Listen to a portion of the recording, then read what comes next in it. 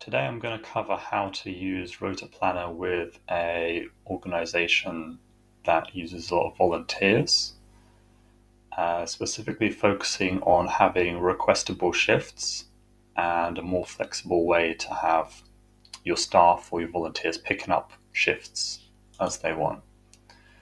So to do this, when you're adding your shifts, you will want to check the staff can request this shift, and you can specify how many staff you want for that shift as well.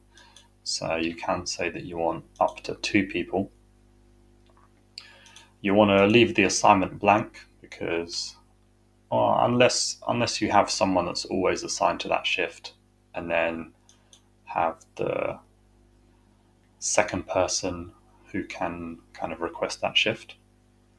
To note that if you do assign one person, then there will only be one person more required that can request this shift before it becomes filled.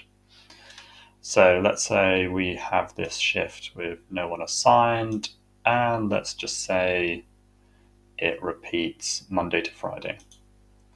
So you'll create your shift pattern the same way as you normally would with a RotaPlanner. So the recurrence field is the primary tool. You can select, you'll mostly use the weekdays, Monday to Friday, or specific days of the week. So a shift that recurs every single day on the Monday or whatever. Or you'll do custom and select the specific days that it will repeat every single week. So if we add that, it's probably worth giving that some kind of title. My shift.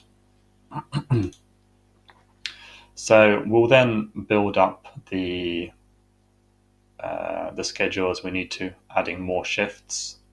If you have skills, if you have kind of different roles within your organization, you can add skill requirements to your shifts by creating a section, and then you'll select the skills.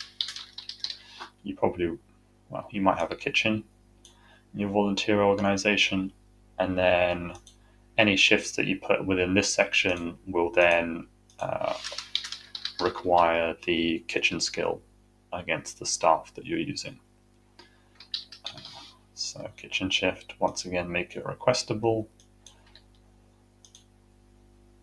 Whoops. And add those.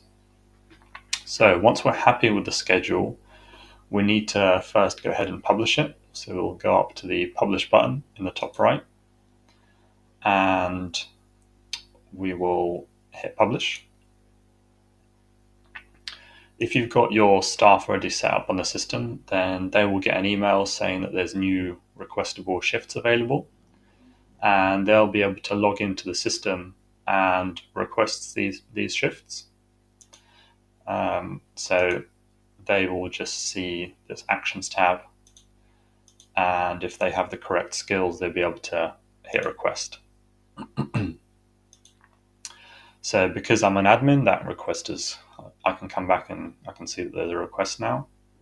So when your staff do request the shifts, and they got to do that on the published ones, they won't be able to see them if they're not yet published. I'll get an email, obviously, and I can approve or reject them. I'll also be able to see all of my requests up here via the requests button. So the way it works is if you specified 2 staff that you required,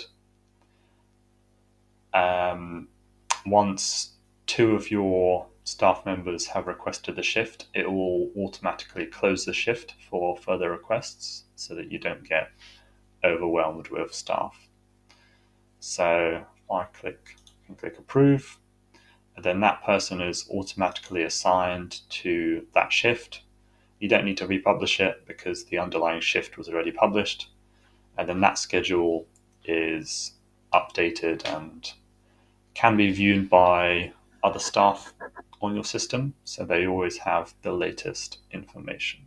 The other thing that's worth mentioning is that once you've added a bunch of staff to your shifts, you can scroll down to the time worked table at the bottom of your schedule, and you'll see a breakdown of the total number of hours worked by each of your staff members.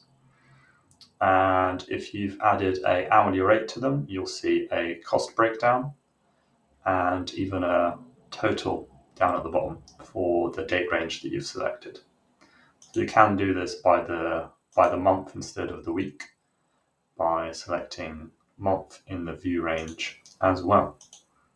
And the hourly rate and a bunch of that details are defined on the staff members. You can see in the staff section, or there's a lot more customization you can do with the pay using the pay rate section on a specific shift.